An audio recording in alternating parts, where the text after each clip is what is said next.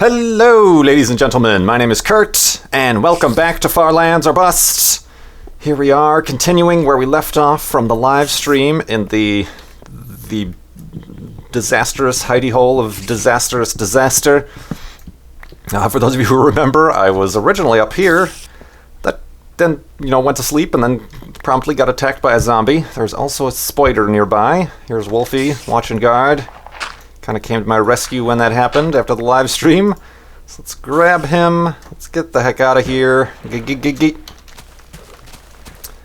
Okay, that spider's up there. I was awake after dark for an extended period of time. So I have to be careful of things that may have spawned that remain, but it looks like we're safe. So I'll do that. And we will continue... Whoa, that was Wolfie. We will continue west. After I get rid of that gravel.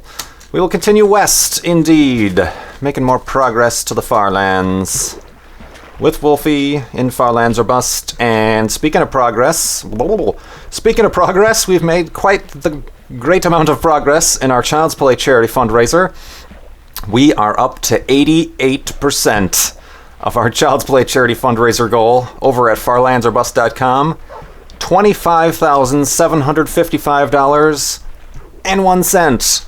So thank you everybody who contributes. Thank you, and shakes my fist at Zisto, whose previous, a few episodes ago of his Mindcrack SMP server Let's Play, he did a little episode inspired by Far Lands or Bust, where he had a bunch of his fans come over and donate to Child's Play charity through farlandsorbust.com.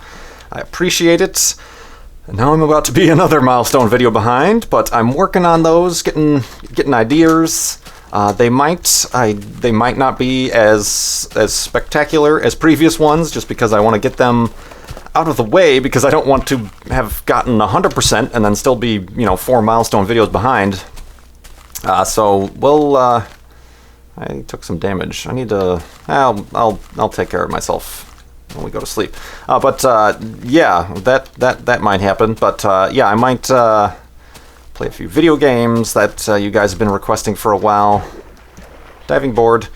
Oh, that would have been cool. Play a few video games. I might do the tour of my telescopes in real life kind of little video. I don't know, let's feed Speedy one more time. I'm running out of ideas. But yeah, look forward to those. I really do appreciate it. Crazy fun times. And yeah, like I said, the last time we were in Far Lands or Bust here was for the 50% milestone. Took a little bit of a unplanned break from Far Lands or Bust and videos for a little bit. Yesterday was the 4th of July, so happy 4th of July for those of us in North America who celebrated that. I myself celebrated by getting my face punched in by my stomach. What? That's an odd picture. No, my stomach was weird yesterday. I don't know, I wasn't like sick or anything, it's just, I've mentioned before how my my body is like, you're trying to eat food? Lol. Try that again. But yeah, so that was yesterday. So 4th of July was the day of not doing things for Kurt. But I appear to be okay now. I'm recording a little bit earlier than I normally do today. It's just woof indeed. A little bit past 11 in the morning on July the 5th. Just had my coffee. I'm trying to get in a routine where I'm not... What I would normally do is I would eat breakfast and have my coffee and watch a bunch of videos on YouTube, like I try to keep up with everybody I subscribe to. But then, of course, that would devolve into, all of a sudden it's 2 p.m. and I haven't done any of my own videos yet. So I'm trying to get into the swing of things, of getting my own content rolling early in the day so that it's up throughout the day for you guys. I also know that yesterday... Last few days, YouTube has been weird. That last Mindcrack video took a long time to process, and since they've kind of redesigned, I haven't had any need to, they haven't shown a separate progress bar for processing videos in a long time. I got the progress bar that time, and it was slow. It took longer to process that video than it did to upload it, I think. Floating tree. Oh, floating block of dirt, floating block of dirt. You are one of about 100 other ones I've seen. But yeah, so I'm hoping this episode of Far Lands or Bust can get up today, the 5th. And I don't have problems such as those again, but we will see when we do it. What else is going on? Yeah, so the live stream I think went pretty good.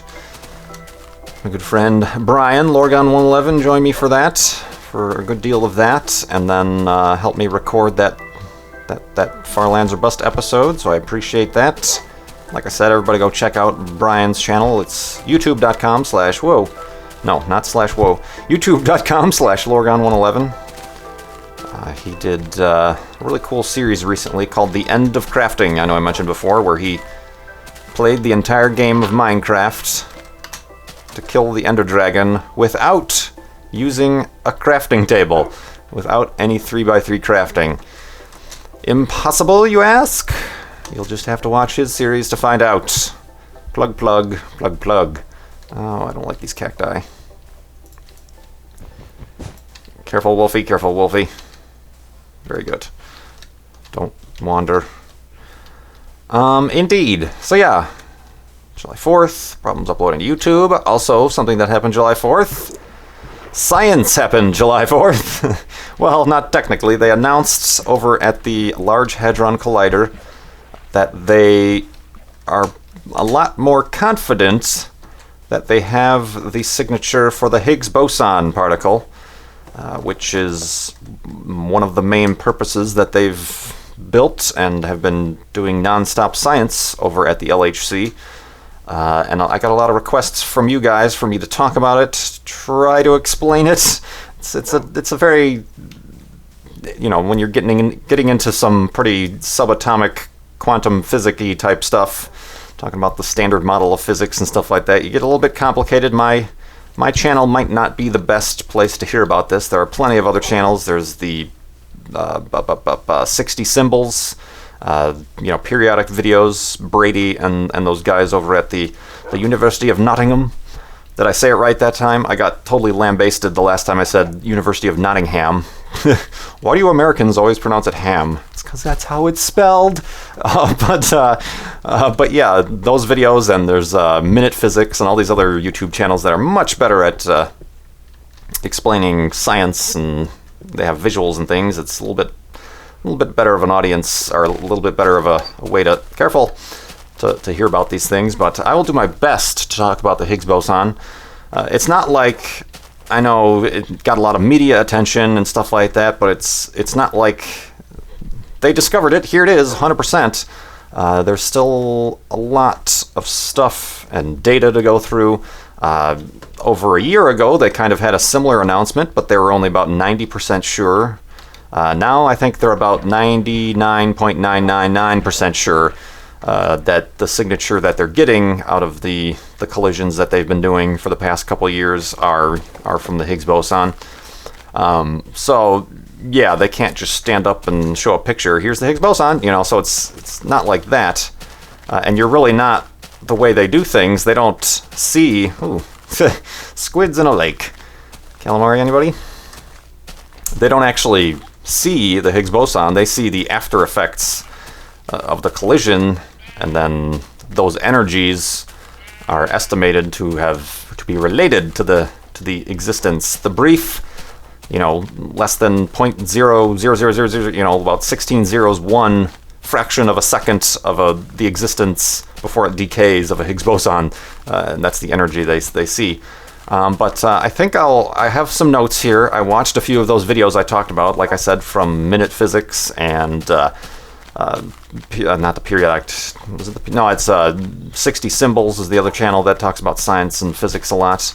I have some notes, so I think after the sun sets and we wake up, we will discuss such things as the Higgs boson. I was watching a live stream yesterday, and they had with a bunch of the TGS people, and they had I forgot his name already, but they asked him to explain the Higgs boson, and then it turned into a talk about stuffing cats into a suitcase, and I don't know where the hell he was going, but that was like the worst possible way anybody could have explained it, I think. So I'm going to try to do a little bit better of a job, but like I said, I might get a few things mixed up in my excitement, and I would further recommend you check out proper science channels to get the best lowdown. Ooh, this is an extended height, elevated hidey hole. Let's do that. Let's get out the bed, and let's go to sleep.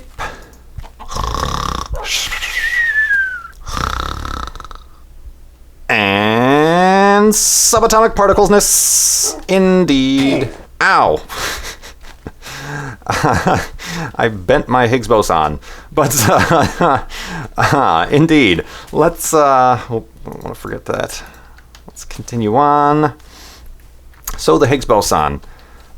Basically, where are my notes? They're trying to discover this elementary subatomic particle.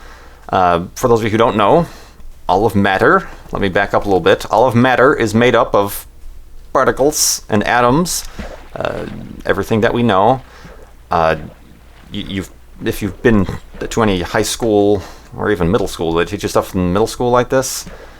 Chemistry or physics or science classes, I'm sure they've talked about atoms, and you get the periodic table of elements, the different atoms with different numbers of neutrons and electrons equal this, or hydrogen or helium, and it goes up the time. But yeah, those particles that make up atoms are made up of other particles, subatomic particles. And there's this thing called the Standard Model that has 12 of these subatomic particles. It's weird, though. Matter, as we know it, is only made up of 3 of them. So the other ones... I could be getting these numbers wrong, too. The other ones are kind of there, and we're trying to figure out what they're there for. And the Higgs boson is one of those, I believe. So like the 3 subatomic particles that all matter is comprised of are the electron, the up quark, and the down quark. That's all you need for matter. So all these other particles are there, and they, we think they're still trying to figure out what they do. This is still very early on in the game of discovery, which is why this is such a big deal, because it's kind of exciting to be alive during the time when we're discovering all this for the first time. But all these other particles, they're thinking, are kind of like a fingerprint, like you have a little bit more of these and a little bit more of that, and then it gives this element this property, or if you have so many of these, but to the ratio of that, it makes this blah, blah, blah, blah, blah, blah, more of a solid, less of a liquid, and, stuff like that. That's oversimplifying it, I'm sure, but the Higgs boson, and the reason it's important is it's the last piece of the puzzle for what's called the Standard Model of the universe, of physics. I won't get into that, but there's a standard model. Basically, we've put the math together and all these theories and say, okay, everything here adds up to create the standard model of the universe as we know it. The standard model, however, is only a small piece of the pie to the entire universe, because you're not getting into things like gravity and more of the quantum physics and mechanics of things. So, you're not even, don't even consider dark matter and stuff like that, dark energy and stuff. So the standard model is kind of our infant knowledge of the universe as we know it. But yeah, the Higgs boson. I guess I should back up. All of these subatomic particles were all, people talk about, oh, it's just a theory. That doesn't mean it's true. But all of these subatomic particles were actually theorized through math and physics before they were actually discovered by putting them through, particle accelerators and getting their signatures like that. So in the same way, the Higgs boson has already been theorized. It's already in the equation. It's like, okay, there's this thing here that has to be the Higgs field. So we just haven't found it yet through the signature, physically. We haven't physically have evidence of it. So we have a good track record of figuring out what these particles are before we actually, quote unquote, find them. So it's pretty much an assured thing that there is such a thing as the Higgs boson. It would be very interesting and exciting if we found that what we're looking at is not the Higgs boson, and it would completely flip things upside down, but that generally is probably not going to be the case. But anyway, the Higgs boson, to get more specific, is what it has something to do with the weak nuclear force. It provides that to the universe, but it also is the particle that gives mass to the other particles. So, and as you know, things with mass, I have mass, my mouse has mass. It's a very weak force between us because we don't have that much mass, but there's gravity between us. So with gravity, obviously, without gravity, we couldn't have anything. The planets wouldn't have formed, stars wouldn't have formed. We would just, the universe would just be an evenly distributed cloud, if you will. So that is why the Higgs boson is important, because it gives particles mass, and knowing about that might not give us a little bit better clue as to gravity and things like that. The confusing part is, I know we're talking about the standard model, and the Higgs boson is kind of the last piece of the puzzle to complete the standard model of physics. The standard model doesn't even include gravity. Gravity is such a weird thing that scientists and physicists don't understand, that we just kind of assume it's there. Okay, gravity equals 1. Let's continue with the equation and just forget about gravity. Gravity is a huge theoretical thing. It's one of those, obviously it's a thing. I'm not floating off into my ceiling, so gravity is a thing, but we can't explain it. And that's kind of one of those things. If you're into science and say there's somebody who's... Careful, Wolfie. Speaking of gravity. Well done. Good demonstration, Wolfie. Gravity! But yeah, if somebody's like, oh, evolution is a theory and stuff like that, scientifically speaking, we know a lot more about evolution than we do about gravity. So gravity is very much a theory as well. So yeah, if you want to troll somebody who's getting on you about evolution, then that's a good relationship to tie together. So yeah, it's kind of weird. Everybody and the media is all excited because they mistake the Higgs boson for the object that gives the universe gravity. That's not even part of the equation right now. It's the particle that can give other particles their mass, what we're thinking, but when we're looking at mass in this model, we're not looking at gravity, we're just looking at mass. So that is why the Higgs boson is important, and whoa, that was quite the jump.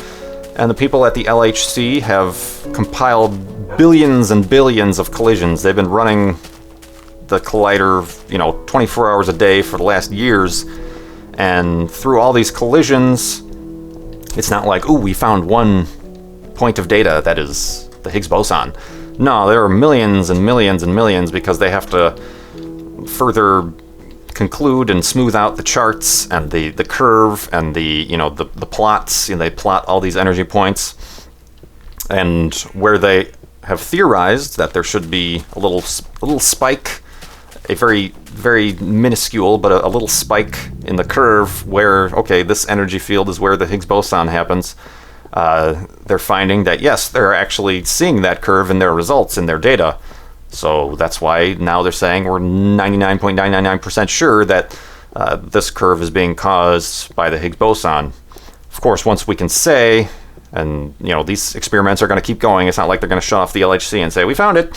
But as these experiments keep going, we're going to be able to fine-tune that curve a little bit more and then find out more properties about the Higgs boson. Perhaps it is the last piece of the puzzle for the standard model, and bish bosh bash, that's the end of the story.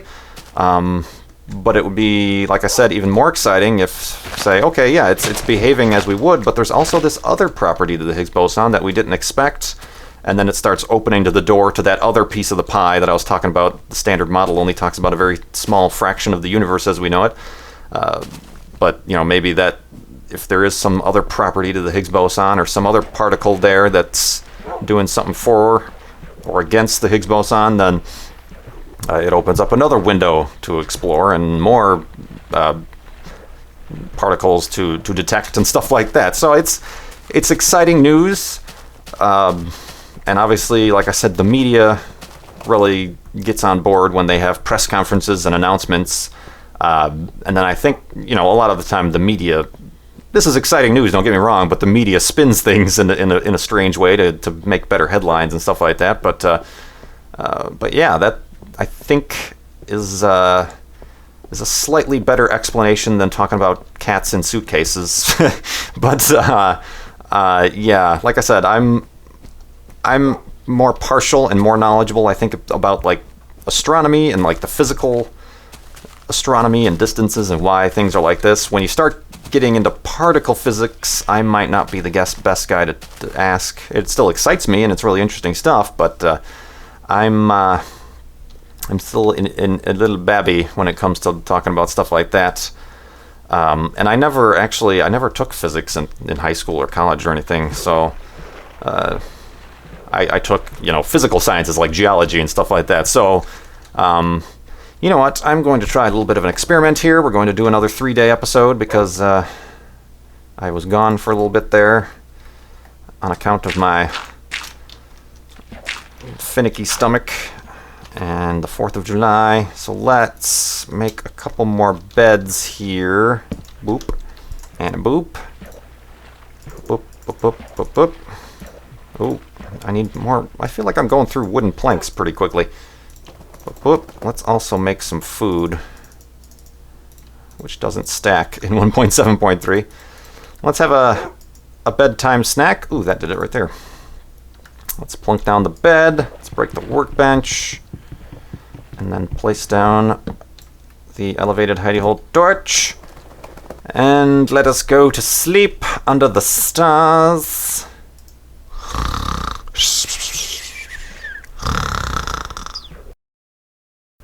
And awakeness. And cannibalness. Blunk. And westness.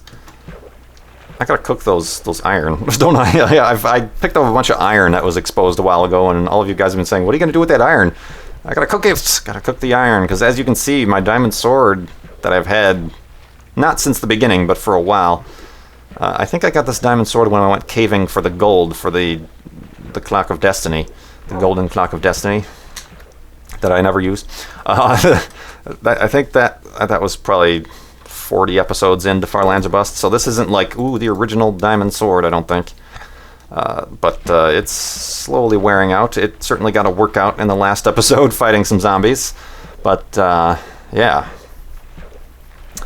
Continuing on. Oh, speaking of science, I know I told you guys I would be informing you about upcoming NASA socials. I failed at that a little bit because there are quite a few NASA socials coming up, and these are the NASA tweet-ups that I talked about before, where they invite you to a NASA center and give you behind the scenes. Sometimes you get to see a launch. But there are a few NASA socials happening for the landing of the Mars Science Laboratory, the Mars rover, the giant new Mars rover that's on its way to Mars right now. It's going to land on August 6th, about midnight, so August 6th or 7th, depending on where you live. And they're actually having 6 different NASA socials at 6 different centers. They're having it at, at Houston, at Langley. The big one is happening at JPL, which is where the Mars Science Laboratory originated from, where they built it and everything, and where it's going to be commanded from. Unfortunately, the registration for all of those has closed. So that's the part where I failed you guys on that. So I think I may have, on Twitter I retweet all that stuff. I try to, so hopefully some of you might have seen that and might have wanted to sign up. That one's unique because it is all over the United States, so you don't have to usually fly to one destination if you're going to find one of those NASA centers in your area. Careful, well, hey. Gosh. So yeah, that I didn't sign up for any of those. Like I said, the SpaceX NASA social is going to be my last one for a while. I'd like to give other people a chance to check those out. So yeah, that's happening. So I will be having my own quasi tweet up by myself, but I'll definitely be on Twitter, checking out everything that's going on, keeping up with the live streams of the landing of the Mars Science Laboratory. So hopefully you guys will check that out. Maybe we'll figure out something else to do. We can do together that, stay up late to watch history in the making. But there is actually, I haven't failed you in this regard, there is actually a NASA social coming up that is still has open registration. So if you go to www.nasa.gov/social, it'll give you a list of all the upcoming socials. The one that registration is still open for is another one at Kennedy Space Center, very similar to the ones I've been to, for a launch. This one's for a launch. Kennedy Space Center, of course, is in Florida, just east of Orlando. This one is for the launch of a satellite, the RBSP satellite. I think it's actually 2 satellites that are being launched on the same vehicle that are going to measure something about the radiation belt. Not exactly sure. Yeah, the radiation something, RBSP. And they're going to be launched on an Atlas V, which is the same rocket that I watched the Juno spacecraft launch on. So that it's a very interesting rocket to see launch. It's a big one. But yeah, this one is happening. The social itself is happening August 22nd and 23rd, with the launch on the 23rd. And registration closes this Monday, July 9th. So that, as far as I'm aware, is open to worldwide residents. As long as you have intentions of traveling to Florida, to Kennedy Space Center, then you can register for that. Whee! Woof. So go check that out if you've at least been interested. Obviously, you also have to have either a Twitter account or a Facebook account and be following those NASA pages or accounts, because that is part of the registration requirement, is to let them know what your name on Twitter is or what your Facebook profile name is or something like that, because they put that on your badge. But yeah, those Kennedy Space Center ones are very interesting, and as you saw, we got a behind the scenes tour, getting up close to Atlantis there. They've since moved Atlantis to the VAB because they're building the new museum for it there at the visitor center. You get a free visitor center pass, but that tour and then meeting all the people involved in the mission is really the best part of those NASA socials. So I know a lot of you guys seemed interested, so go ahead and sign up and keep me posted. If any of you do get chosen for the NASA social, let me know. I'd be happy to forward people to your accounts so we can experience it with you if you're planning on going. So yeah, like I said, nasa.gov/social, and then there's a registration form, and like I said, it's open to worldwide, international residents. I know there's a few more hoops to jump through because Kennedy Space Center is a government. Is this an underground? Ow! I think this is an underwater spawner. Oh. What is this business? No, well, it might be, but I can't tell. I don't see that. No, I think it's just like uh-oh. Don't drown. Get me out. Okay. Hey, I gotta go back halfway to get my boat. Dag nabbit. What was I gonna say? Yeah, NASA socials. Oh yeah, because if you're an international, if you're not a United States citizen, there's a few more hoops to jump through because it's a government installation. Obviously, they need to make sure you're not going to steal some government secrets. But yeah, go ahead and sign up for that if that's something you're the least bit interested in. It's a lot of good stuff. Highly recommended. A+ would buy from again on eBay. Indeed. So, what else is up, guys? For those of you who missed my last Mindcrack SMP server episode, I was talking about that I purchased a space chair. Speaking of space, I went ahead and got the Steelcase Leap chair. It's due to arrive Friday, so I don't have it yet. But that was a difficult decision to make. But I figured I owed it to my back and my ass to get a very nice chair, since I do spend about half of my waking hours, well, more than half of my waking hours, like 2/3, 3/4 of my waking hours in front of the desk here, working on stuff for you guys. So that'll be coming on Friday. Hopefully it'll reinvigorate me and give me the kick in the pants that I need to get more done here with the Far Lands Bust and all the other Let's Plays I'm considering doing, and getting some new things started and getting ideas rolling and trapping myself in this lake. I don't know why I didn't need to break that leaf. I just... Leaf murder! Oh, I do need wooden, though. Wooden? I do need wooden. Wooden. Give me your wooden tree. I will take it. Out of the way, jerk ass. Boop, boop, boop. That's it. I'm just going to take the bottom parts of these trees. I'm like an Enderman. I don't have any regard for the aesthetics of this forest because I will never return. I will never return. Nope. Ooh, that seems suspicious.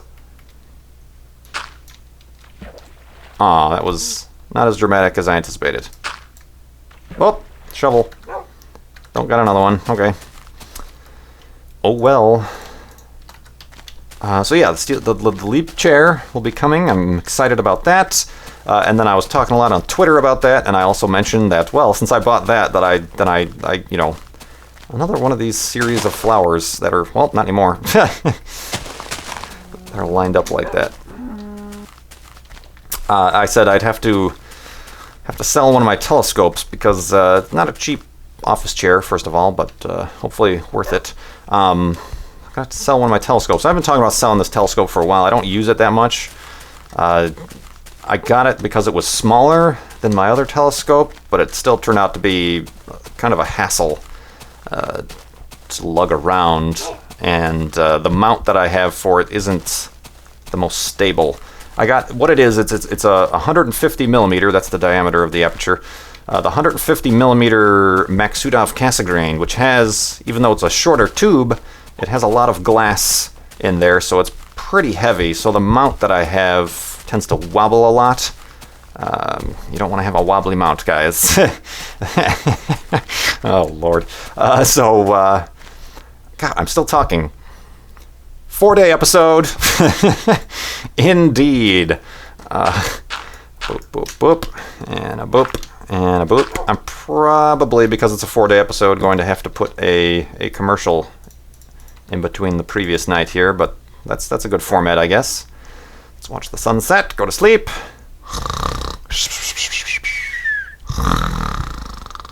And 4-day episode-ness. Wolfie is not impressed. But yeah, the Maksutov Cassegrain has a lot of glass in there, so it's pretty heavy. Makes for a wobbly mount. And I know I get a lot of questions to ask, you know, what's a good telescope? Something you shouldn't overlook in purchasing a telescope is the mount. A lot of times these bundles that are telescopes that include mounts, they'll sometimes pink sheep, with a white top. Totally color coordinated. Wolfie, I will give you the undeniable pleasure of murdering this sheep. Pink sheep murder! Woo! Woo! Pink sheep. I'm losing my mind. That's what happens when I do these long episodes. So yeah, I've been thinking for a long time of selling that telescope, and then I got a lot of responses on Twitter. Ooh, I'll buy it. How much do you want for it? Blah, blah, blah. It's not a beginner's telescope, that's for sure, and I'm not planning on selling the mount with it because I'd like to replace it with a lighter weight, like a 72 or an 80 millimeter refractor. So I want to keep the mount. So yeah, I think I'm going to put it up for my astronomy club, see if anybody in my astronomy club wants it first, and then I'll look at other avenues, but it's just the tube as well, so if anybody does buy it, they're going to have to supply their own mount, and probably a pretty hefty duty one. So yeah, get a lot of those questions whenever I mention anything on Twitter. Whoa, that was really... Everybody's been mentioning how jittery it seems to be pinned when I'm going on a diagonal axis, because the computation of my location, which is, by the way, my next rap album's name, the computation of my position is, computation of my location is kind of, it has to do those two axes first. So when you're on a normal axis, you know, X, Y, like this, it doesn't get as jittery, but when you're on a diagonal, it really jitters around like that. Floating point bug. So yeah, that came up, and that I talked about. So next topic, indeed. I didn't answer any questions this episode, so good thing I extended this. Let me answer some questions. Razor Light Gamer asks, did I ever have my wisdom teeth pulled out, and if so, did it hurt? How much time do I have? Yeah, that's a little bit of a story that'll probably take me to the end of the episode. Boosh! I should probably stop wasting this diamond sword on the pigs. Yes, I had my wisdom teeth pulled out. I mentioned a while ago, I think, that I also had braces. I had quite the ganked up mouth. I had an overbite that I could literally, with my mouth closed, put my thumb in between my front teeth and my back teeth. So that was great for my social anxiety. So yeah, I had braces, the whole headgear, everything. And I had braces for 5 years. You know, when you go in there, you'll have braces for 2 years and then you'll be fine. Nope. 5 years of braces through the most socially delicate time of my development through middle and high school. But yeah, I had braces for quite a while. And then once the braces came off, they saw that obviously, like most people's wisdom teeth, they come in sideways or crooked or upside down or whatever. So right after I had the wisdom teeth out, or right after I had the braces out, I had to get my wisdom teeth out, and I got all 4 of them at the same time, which I went, when they do that, they put me completely under. So I was not awake for the procedure, I was completely out, but that's just weird. That's the only time I've never had to go into like the hospital or get any sort of complicated surgery, knock on wood, that has required me to be put under, except for the wisdom teeth thing. And that's just the weirdest thing ever, for those of you who have never done that. It's not like sleeping, because you don't dream. It's pretty much, I could equate it to time travel. It's pretty much, I went to the room, they lay you down, blah, blah, blah. There's a bunch of people around you, a lot of kind of chaos. Before they put the IV in me, I guess most people, most places, they'll spray your arm with like really cold, it'd almost be, like compressed nitrogen or something like that, which I guess kind of numbs the area so you don't feel the needle going in.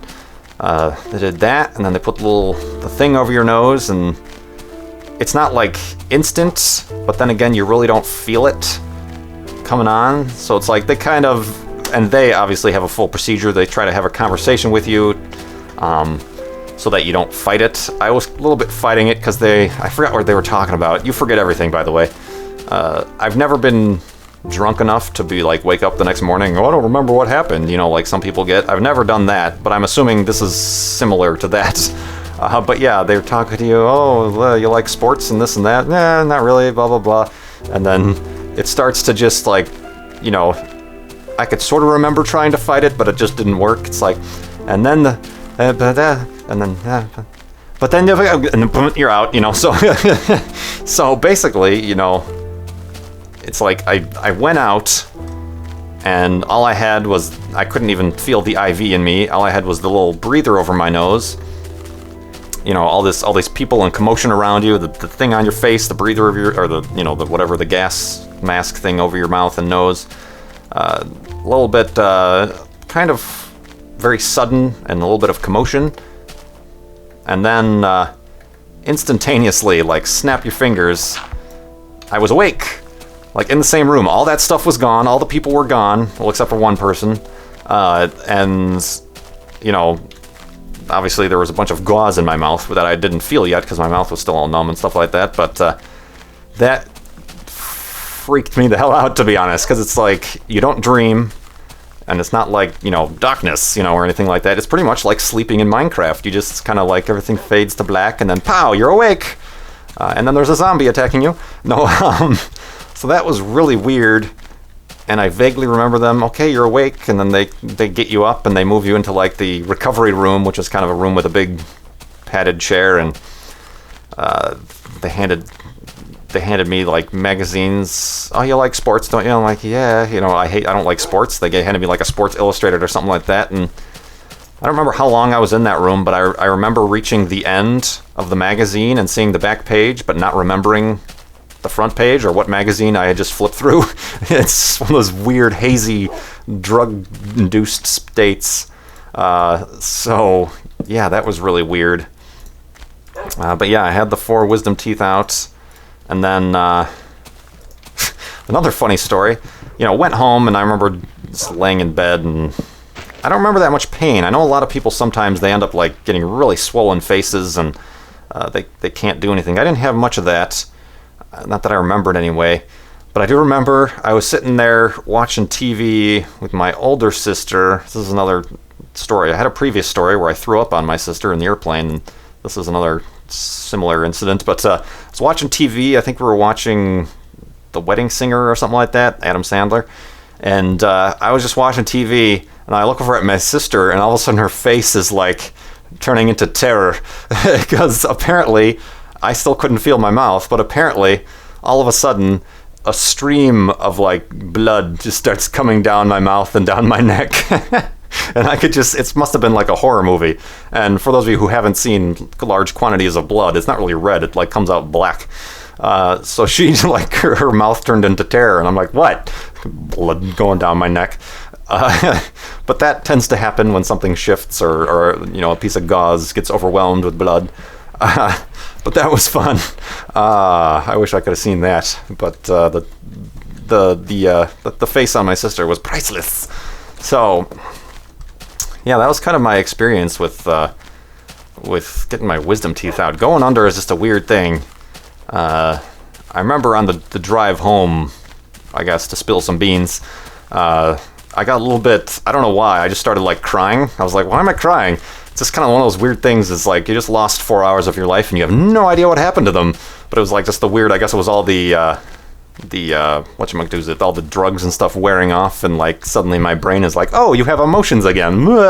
So, crazy fun times with getting your wisdom teeth pulled. So anybody looking forward to that, go ahead and let me know in the comments. Hilarious. I also had, related to the braces, I had, that little flap, I touched it like you could see, that little flap that connects the top of your lip, your top lip, it kind of goes right down the middle and connects to your gums. I had to have that removed. Well, I don't know if I had to have it removed, but the orthodontist, who you all remember was a jerk, must have had some sort of oral surgeon friend who needed a few bucks, so he recommended I have that little flap removed that connects the top of your lip to your gums, because they said it would, mine was abnormally large and would cause my two front teeth to separate and get a gap between my teeth. So I had to have surgery for that, and that I was awake for. That was weird. I know quickly now. Let's make 2 shovels. Just to have on hand. I guess while I'm here I can create the beds. But yeah, having that was weird because my mouth was numb, but I was awake and conscious, and there were just a bunch of people around me, and I just felt some tugging, on my like face, on my lip and stuff like that, and oh, hey, sit. I want you to sit. And, as the procedure went on, their hands got bloodier and bloodier, which was really weird. But yeah, that, for anybody who has that suggested to them to get that little flap removed because it'll cause their teeth to separate, doesn't work. I still got a gap in between my teeth. So I think I got a little bit screwed there. Frickin' orthodontist.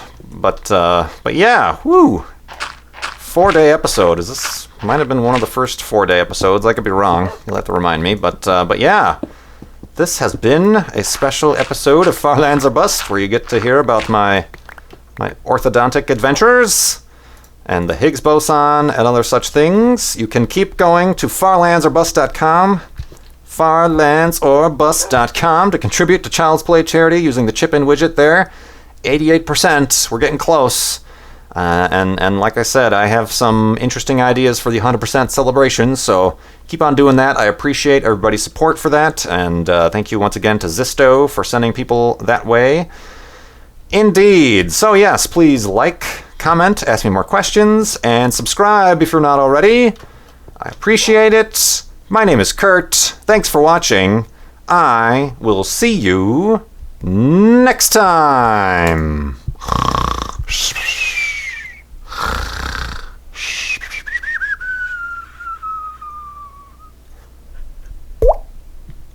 Higgs Boson.